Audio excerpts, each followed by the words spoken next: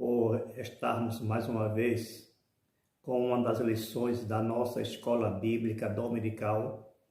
Hoje nós estudaremos a lição de número 4, que traz o título Quando a criatura vale mais do que o Criador. Essa lição que será abordada no próximo domingo, dia 23 de julho de 2023, por todas as igrejas vinculadas à Convenção Geral das Assembleias de Deus no Brasil e outros ministérios e denominações filiadas que adquirem a revista da CPAD. No domingo passado nós estudamos a lição também muito importante, porque nós estamos abordando sobre uma série de lições que nos chamam muito a atenção. São mensagens impactantes, mensagens de despertamento para a nossa vida espiritual, para a nossa vida moral. E é preciso que possamos estudar com bastante cuidado, com bastante cautela, sobre os assuntos que nós iremos abordar nessa série de lições.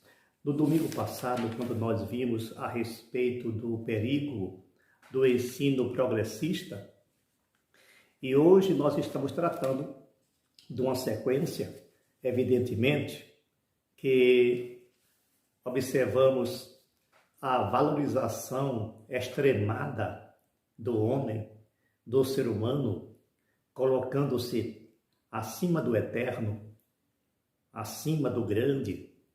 O homem começa a cultuar a si mesmo.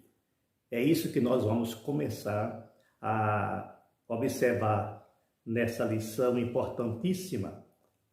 A mesma traz como texto de ouro o texto bíblico áureo que está lá em Romanos capítulo 1, versículo 25, que diz: pois mudaram a verdade de Deus em mentira, e honraram e serviram mais a criatura do que o Criador, que é bendito eternamente. Amém.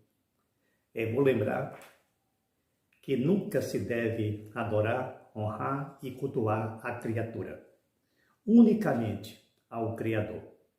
Deus é o único merecedor de toda glória, de toda honra e de toda adoração.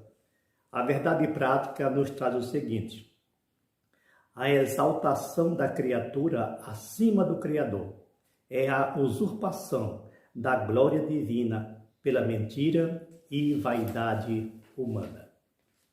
A lição está dividida em 3 tópicos que nós iremos abordar cuidadosamente, dando algumas pinceladas, é evidente, e a gente não vai poder nos aprofundar muito, além do necessário, para que o vídeo não fique muito longo, e a mesma vai servir apenas de uma orientação para nós alunos e nós professores, que iremos abordar presencialmente na sala de aula.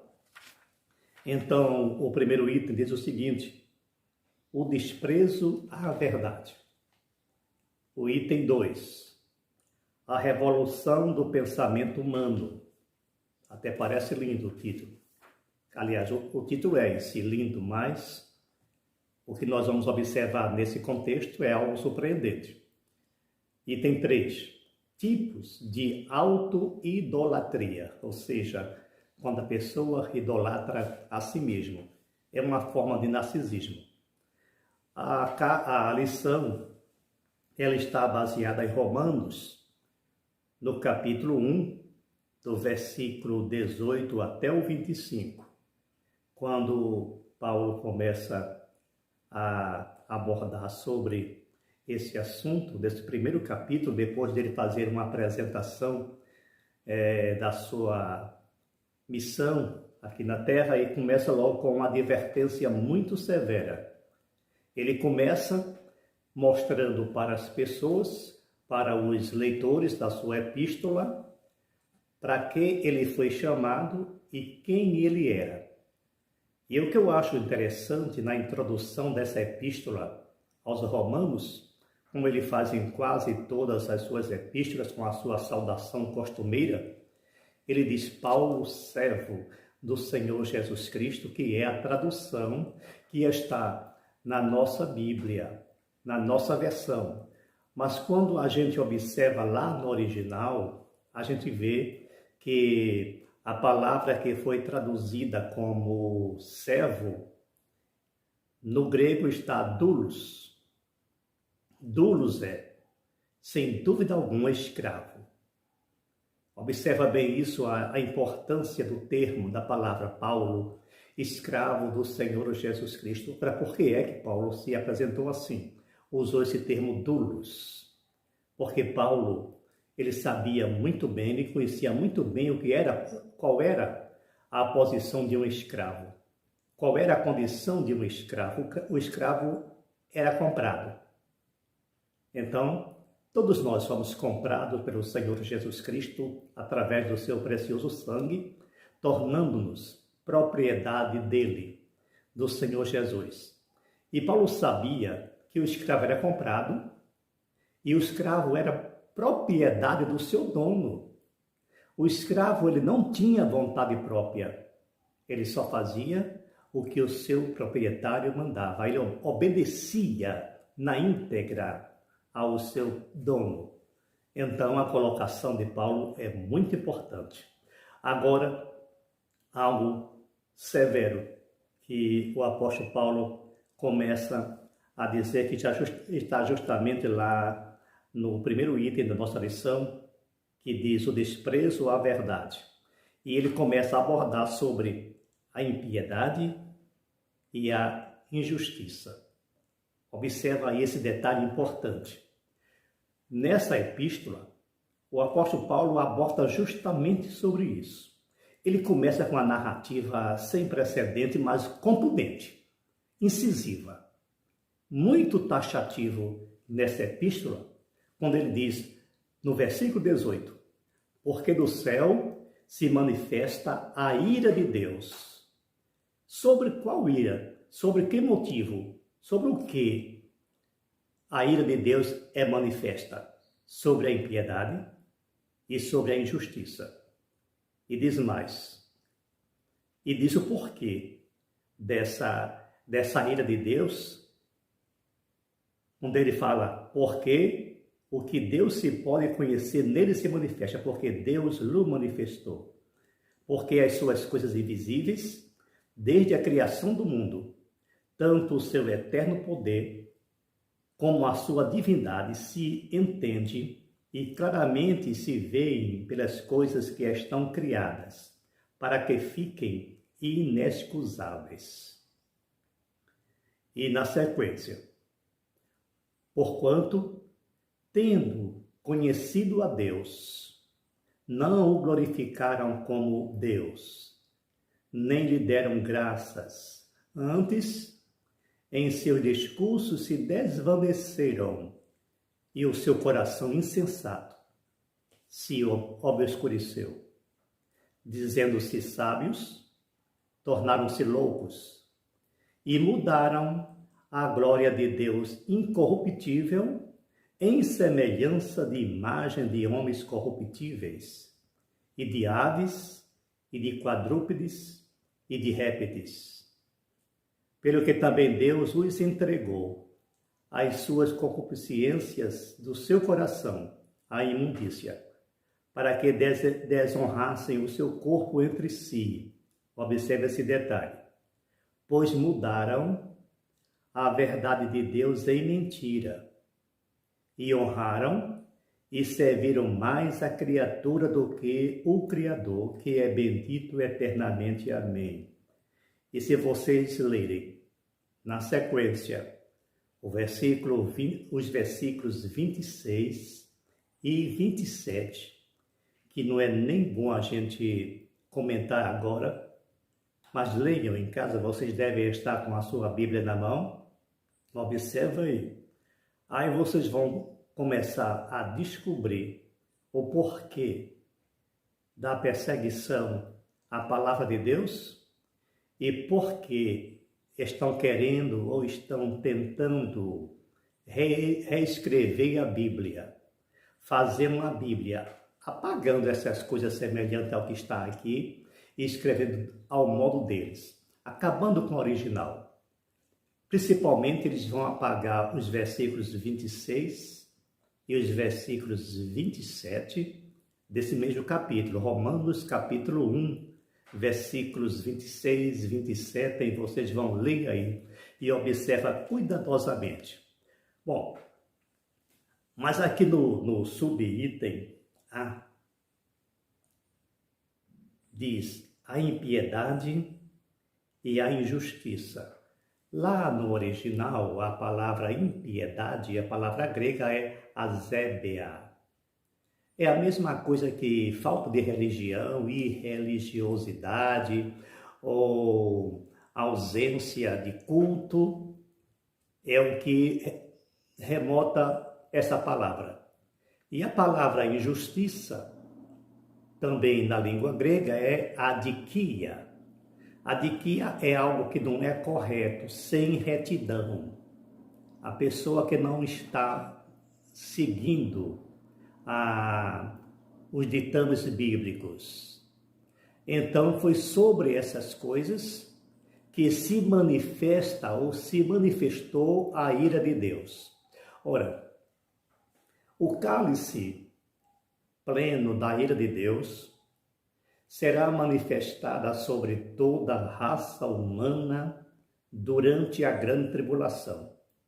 Mas isso não quer dizer que Deus, no presente momento, não esteja irado com o comportamento humano.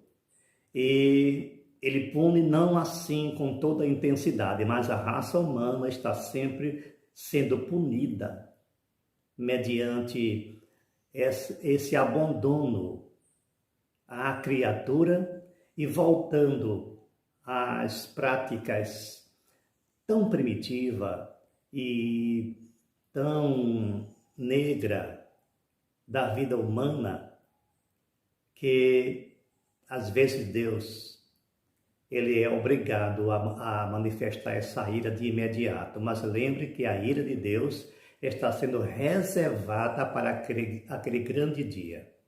Quando nós lemos em 1 Coríntios capítulo 10, versículo 20, observa lá em suas Bíblias que há também uma condenação que está justamente aqui abordando nesse item, está abordando sobre essa injustiça e essa impiedade, que o sacrifício de imagem, o sacrifício a demônios, e assim que Paulo aos Coríntios, ele fala isso, porque quem adora imagem, e quando eu falo imagem, essas imagens é ampla,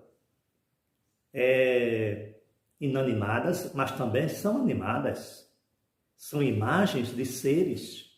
Tenhamos muito cuidado quanto ao nosso culto, a quem nós estamos cultuando, porque por trás de cada uma dessas imagens, seja ela humana, seja de animais, seja de répteis, seja de criaturas vivas ou mortas, estão também ao mesmo tempo adorando a demônios. 1 Coríntios 10 e 20, eu repito. E a mesma coisa nós podemos observar lá em 1 João capítulo 2, versículo 10, quando é abordado que toda adoração ou toda atenção que o homem tem é uma resultante das suas concupiscências da vista. O homem anda mais pelos olhos. Tenhamos cuidado com as concupiscências da nossa vista, da soberba, porque isso afeta justamente a nossa integridade espiritual. Então, esses dois termos aqui, impiedade e injustiça, é o que se vê muito nos últimos momentos E é sobre isso que está se voltando a ira de Deus, a impiedade, a injustiça e a incredulidade. Provoca a ira de Deus e os homens, de uma forma tão insensível, eles nem percebem isso, eles nem notam isso, porque quando a pessoa pratica essas coisas, eles ficam com a mente cauterizada. O grande problema que as pessoas não se voltam para Deus é porque Satanás cauteriza as mentes dessas pessoas de maneira que eles não percebem que estão pecando e até nega que está pecando e começa a relativizar o pecado. A Bíblia chama isso de iniquidade. O que é, portanto, iniquidade? É quando alguém não se importa com o pecado. É quando alguém não percebe que está pecando. Ele acha comum pecar. Ele acha normal o pecado. Então, esta é a essência do que nós chamamos de iniquidade. E na nossa lição está mostrando justamente que ambas essas palavras, a injustiça e a iniquidade, revela a situação geral da humanidade não regenerada. Veja lá em Romanos 1:18, como nós já acabamos de ler. A perversidade e a depravação moral, que expressam a decisão deliberada do homem em desprezar a verdade divina. Ela investe contra o amor de Deus e a relativização do pecado aprisiona, cauteriza a consciência humana, conforme nós acabamos de falar. Então, o que nós estamos aqui diante desse momento, desses últimos dias, de uma insensatez humana. O homem se tornou insensato. O apóstolo Paulo assegura que a revelação geral de Deus por meio da natureza faz com que o ser humano possua o conhecimento sobre o Criador.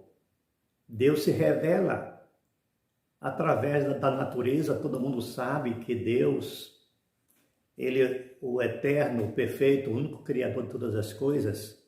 E, como diz lá no livro de Salmos, dos céus se manifesta a glória de Deus. O que nós vemos sobre a criação tão perfeita, tão linda, os céus, os próprios céus proclamam essa glória, os céus proclamam a glória de Deus e o firmamento anuncia as obras de suas mãos. Basta a gente sentar e olhar a natureza, admirar a criação, para perceber que uma mão perfeita, uma mão sublime, uma mão grandiosa trabalhou naquele evento. Às vezes eu sento diante do mar e começo a observar as suas ondas, o vento soprando sobre a areia da praia, e eu medito: quem poderia ter feito uma coisa tão espetacular como essa, a não ser Deus? Observa os rios, as cachoeiras, as florestas, os animais, a diversidade incrível que são os animais.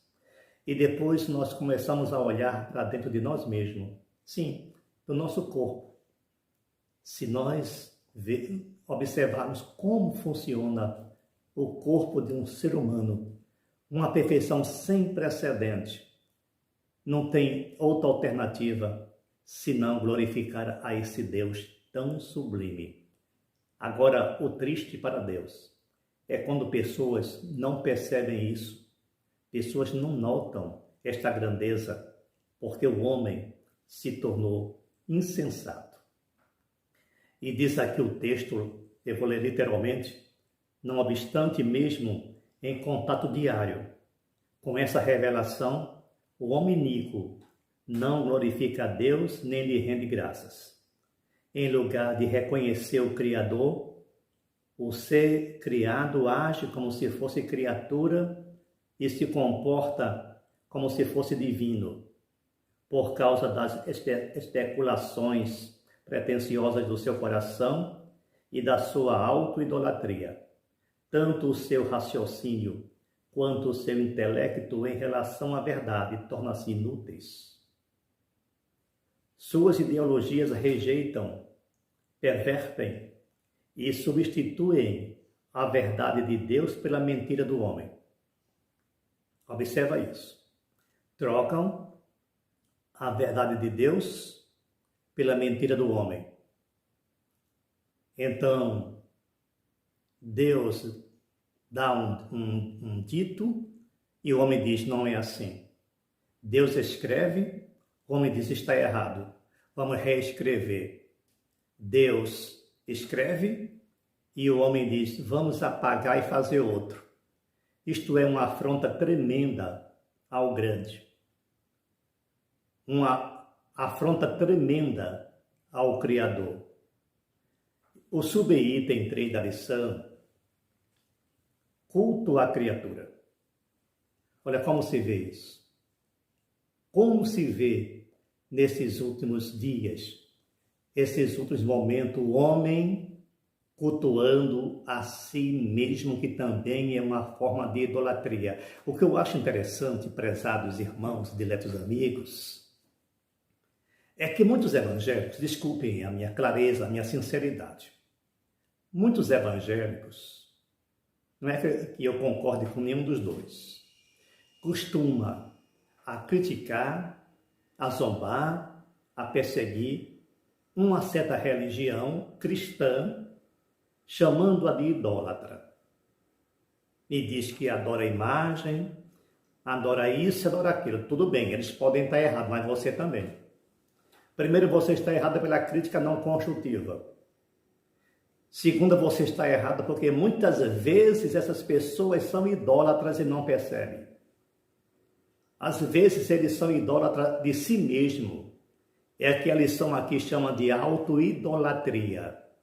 Começa a se autocultuar. Tenhamos cuidado com esse extremo, esse exagero, porque muitas vezes se cultua a homens pensando que está somente honrando, mas entre a adoração, entre o culto e a honra, porque cuidado também com os extremos. E aqui não estou falando em a pessoa dar a sua liderança a devida honra, porque é bíblico. O respeito, o princípio de hierarquia é fundamental. Tudo bem, está corretíssimo e não existe idolatria aí. É bíblico. Agora, quando isso passa para o exagero, para o excesso, aí sim constitui-se idolatria ao ser humano. Então, muitas pessoas estão cultuando a seres humanos, até dentro da própria igreja, e estão cultuando a si mesmo. Você cultua a si mesmo quando você se auto-enaltece. Quando você se eleva acima do Criador. Isso é um princípio narcisista. O ser humano, querendo ser igual a Deus, se achar melhor do que todos, se achar importante, querer ser o destaque, querer ser honrado, querer ser aplaudido, querer ser ovacionado. Ele se coloca como o centro das atenções, de maneira que o culto à criatura é ele rejeitar a Deus e suas leis. Quando lá em Efésios é chamado de os filhos da ira, são deixados à mercê dos seus desejos pecaminosos, dentre eles a impureza sexual e a degradação do próprio corpo, Romanos 1:24. Degradar o próprio corpo. Isso abrange uma série de itens, uma série de fatores. Primeiro, a perversão sexual. E depois, a simples, entre aspas, mutilação do seu próprio corpo. Tenhamos cuidado. Vamos observar que a Bíblia diz que o nosso corpo é templo do Espírito Santo. E quando fala de corpo aí, ele abrange o homem completo. O homem total, corpo em si, a matéria, a alma e o espírito. O nosso corpo, ele não pode ser mutilado. Não faça marcas em seu corpo, porque isso vem lá de épocas remotas. Lá em Levítico existe essa observação: não fareis marcas em vossos corpos. Mas também a marca mais profunda, a ofensa ao corpo mais incisiva, é quando ela atinge a esfera da alma e do espírito. A degradação do ser humano como um todo. Sua natureza caída troca a verdade pelo engano e prefere honrar e servir a criatura em lugar do Criador. É o que mostra aqui no texto. E já lemos lá na carta aos Romanos, no capítulo 1. E na sequência, nós encontramos a sociedade artística, os atletas, o político ou líder religioso se tornam uma referência de idolatria, em afronta ao Criador, conforme abordamos anteriormente. Tenhamos cuidado. Eu volto a repetir. Não se trata de uma admiração natural. Ora, as pessoas admiram atleta, artista, político, o seu pastor ou qualquer um líder religioso. Você pode muito bem respeitá-lo, admirar, tê-lo como referência. Isso é natural, isso é normal. Tenhamos cuidado com o excesso. O excesso é que é prejudicial. No item 2, nós encontramos a revolução do pensamento humano. Essa revolução do pensamento humano, ela começou justamente no período da Renascença, lá pelo século XIV, o século XV, na Europa, quando houve uma expansão do raciocínio humano, da mente, do intelecto, começou a florescer o conhecimento humano. Até aí tudo bem, não é normal, porque o homem ele está em constante evolução, mas não cair no erro do período do progressismo. Mas o crescimento humano, o conhecimento é normal. O homem primitivo, ele nem sabia o que era uma roda, depois ele descobriu a roda e começou evoluindo. O homem descobriu o fogo, depois ele descobriu o raio laser, depois ele descobriu o raio X, e descobriu o raio gama, e descobriu a energia atômica. O homem está sempre descobrindo, porque o homem é um ser racional. O homem é um ser inteligente, tudo bem. Agora, aonde é que está o perigo? Porque aqui não estou criticando o período da evolução na Europa, no século XV, a partir do século XV, quando houve um crescimento intelectual. O que nós podemos observar é que, mediante essa expansão do conhecimento do ser humano, o homem começou a se autoexaltar, começou a adorar a si mesmo. Aí é que está o perigo. Então, diz aqui a nossa lição, conforme escreveu o comentarista. A Renascença é um movimento intelectual que surgiu na Europa Ocidental entre os séculos XV, aliás, 14 e 16. A característica desse movimento foi o seu profundo racionalismo, ou seja, tudo devia ter uma explicação racional. É aí que vem o grande problema. Quando não tinha uma explicação racional, eles negavam, ou negam, dizem que não existe. Nem sempre a mente humana, que é limitada, consegue explicar. Nem tudo conseguimos explicar, e quando a palavra de Deus, quando a Bíblia afirma, nós queremos pela fé. Como explicar? que uma igreja será arrebatada num abrir e fechar de olhos, quando eu sei que é a força da gravidade. Ela atrai todos os corpos para o centro da Terra. Aí isso vai de encontro a uma lei física. Mas a Bíblia diz que nós vamos subir. Não se questiona isso. Se Deus disse, então é verdade. Independente da ciência. Eu também não sou contra a ciência. Porque tem coisas que a ciência ainda não descobriu. Tem coisas que a ciência ainda não sabe. E por não descobrir, por não saber, como a vaidade humana, o orgulho humano é tão grande, então ele diz, não existe, não é verdade, a Bíblia mente. Quando na realidade, a palavra de Deus está muito além do nosso intelecto, muito além do nosso raciocínio. Os renascentistas recusam-se a acreditar em qualquer coisa que não se pode ser comprovada racionalmente. Durante esse período, que coincide com o início da Idade Moderna, que os historiadores marcam a partir da tomada dos otomanos pelos turcos em 1453 até 1789, que foi justamente na Revolução Francesa, a visão teocêntrica em que Deus era a medida de todas as coisas foi mudada por uma concepção antropocêntrica, em que o homem se tornava a única medida de todas as coisas. Trocou-se a glória de Deus pela glória humana.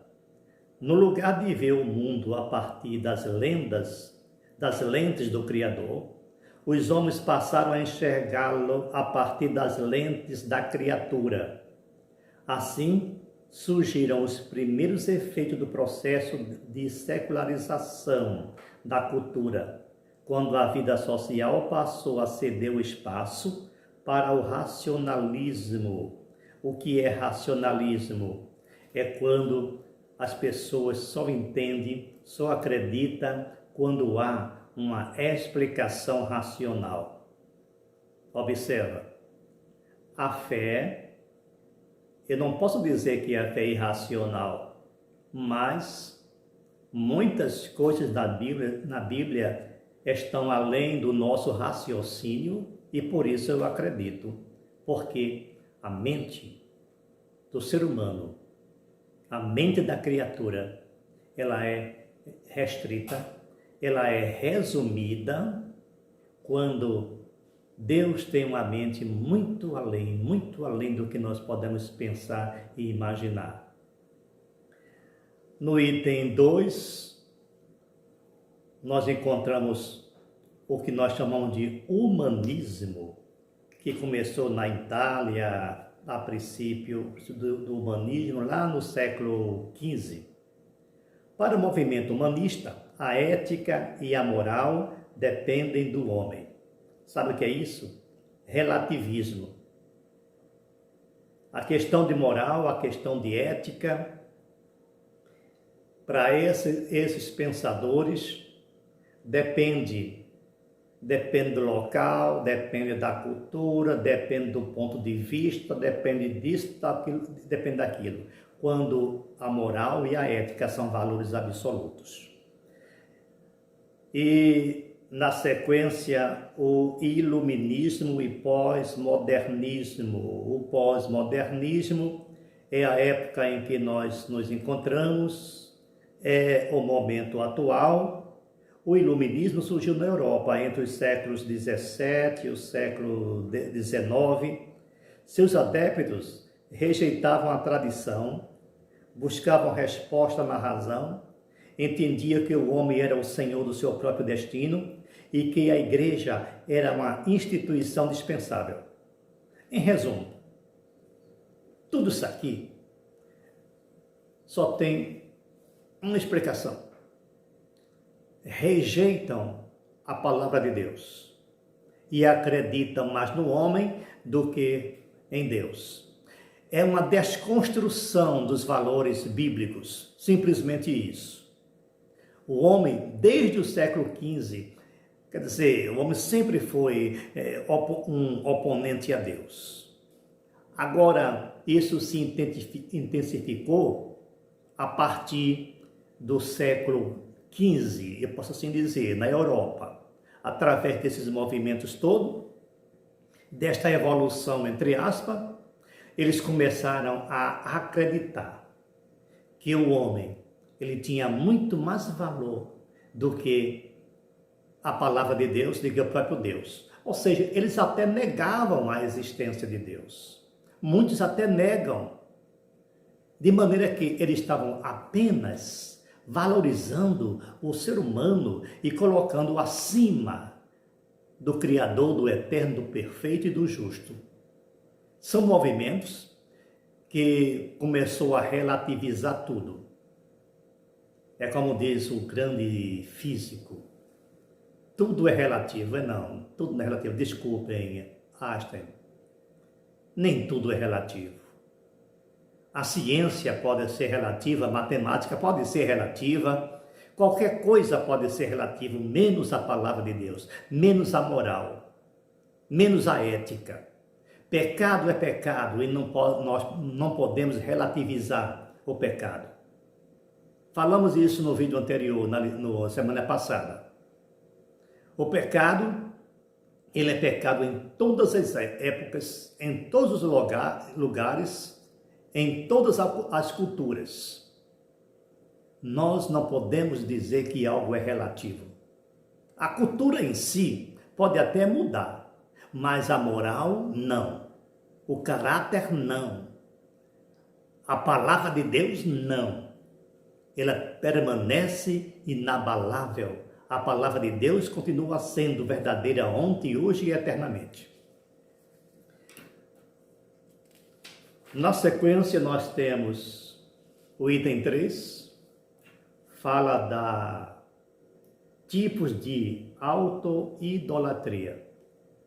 A auto-idolatria, nós já falamos, já demos uma pincelada anteriormente, é nada mais do que idolatrar a si mesmo. Idolatria da autoimagem. Mas como o homem gosta de ser cultuado? Vocês observam isso? Pelos artistas, pelos líderes religiosos, pelos políticos, eles gostam de ser aplaudidos. Agora, o que você fazer quando você é aplaudido por alguém? Porque acontece. Acontece. O grande erro, a grande falha, é quando a pessoa pensa que ele é merecedor daqueles aplausos. É quando ele pensa que aqueles aplausos são para ele. Eu já vi tantas vezes, depois de uma mensagem, depois de uma pregação, ou depois de uma palestra bíblica, a igreja em peso aplaudir. Tem pessoas que se envaidecem pensando que foi para ele. Não, o aplauso foi para a palavra de Deus que você transmitiu, não foi para você. Toda glória e toda honra é para o Senhor Jesus Cristo. Se alguém dizer que você é grande, é intelectual, é bonito, é alto, é forte, transfira tudo isso para Deus. Nós não vamos proibir as pessoas de lhe aplaudir, lhe elogiar, de dizer que você é excelente, tudo bem, mas é para a glória de Deus, não é sua glória não. É aí que está o grande erro, a grande falha. Mas lendo aqui, nós encontramos a idolatria, é tudo que se coloca no lugar da adoração a Deus. Lê lá em Êxodo 20, capítulo 3, capítulo 20, versículo 3 a 5. Nesse caso, podemos dizer que o culto à autoimagem é uma forma de idolatria. Enquanto Cristo reflete a imagem de Deus, o narcisismo humano reflete a natureza do pecado.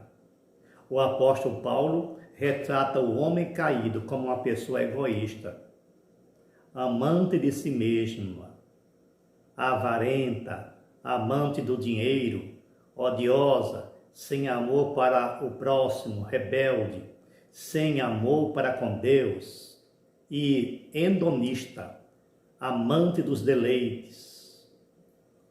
Desse modo, uma pessoa não regenerada tem a necessidade de autopromover-se, desenvolvendo uma opinião elevada de si mesmo, e também anseia por reconhecimento e de modo ilícito, busca estar sempre em evidência. Contrária à autoidolatria, a Bíblia ensina que a primazia é de Cristo e não do homem. Cuidado também para você não ficar com a baixa estima, não vamos confundir as coisas. Precisamos ter a nossa autoestima. Precisamos ser felizes. Precisamos ser alegres. Precisamos expor aquilo que Deus nos entregou. Isso não é autoexaltação. Isto não é querer ser igual a Deus. Isto não é querer procurar glória. É bom frisar isso. Se você tem um talento, se você é capaz, glorifique a Deus por isso. Aí está tudo bem.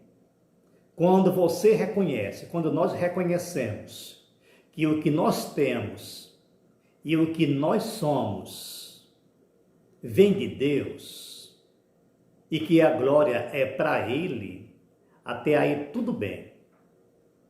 Não é pecado você se deleitar, não é pecado você ter o seu lazer, não é pecado você ter a sua autoestima elevada, porque cuidado também com a falsa humildade.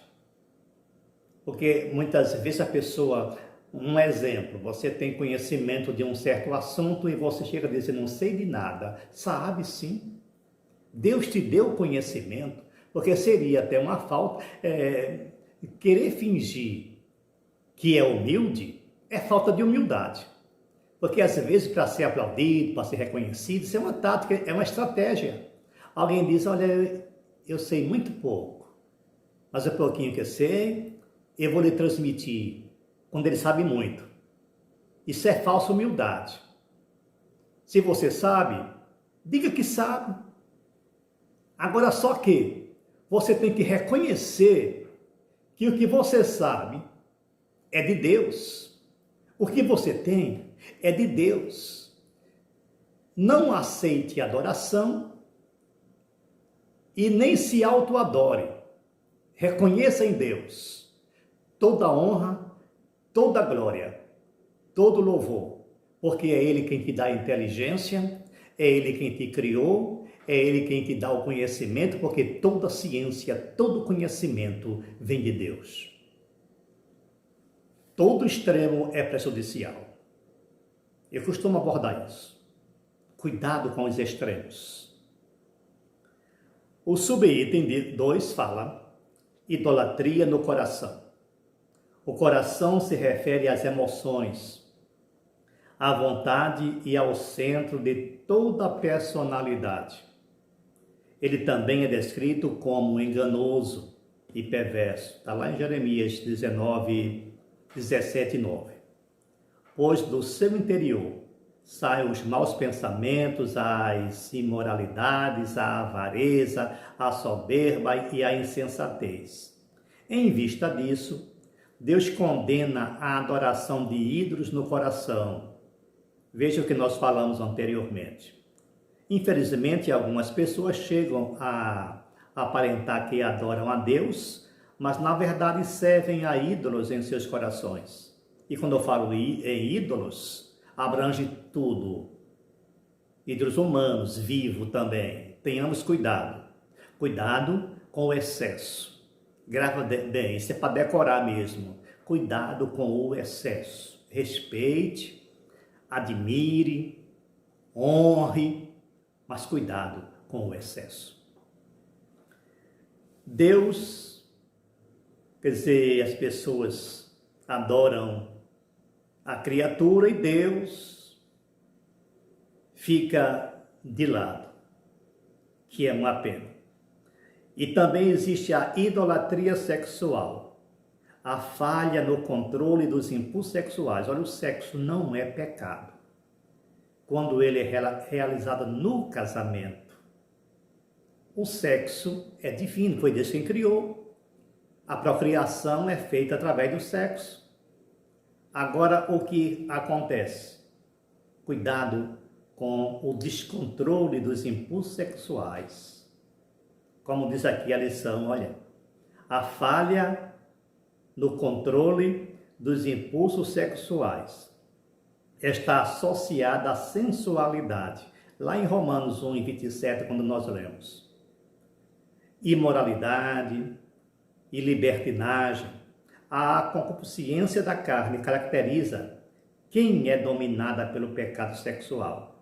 Não se trata apenas de prática do ato imoral, mas da busca intencional e compulsiva pelo prazer sexual ilícito. É o altar da idolatria sexual edificado no coração. Então, a adoração a Deus é trocada pelo culto ao corpo, a fim de satisfazer o ídolo da perversão e da lascívia por meio do pecado. Então, amados irmãos, o que nós podemos concluir, o que nós podemos observar, é justamente a questão da idolatria do ser humano, da autoadoração. Tudo resume-se nisso. O homem quer ser o centro das atenções. O homem quer extrapolar os limites daquilo que Deus lhe estabeleceu. Deus é criatura, Deus é criador.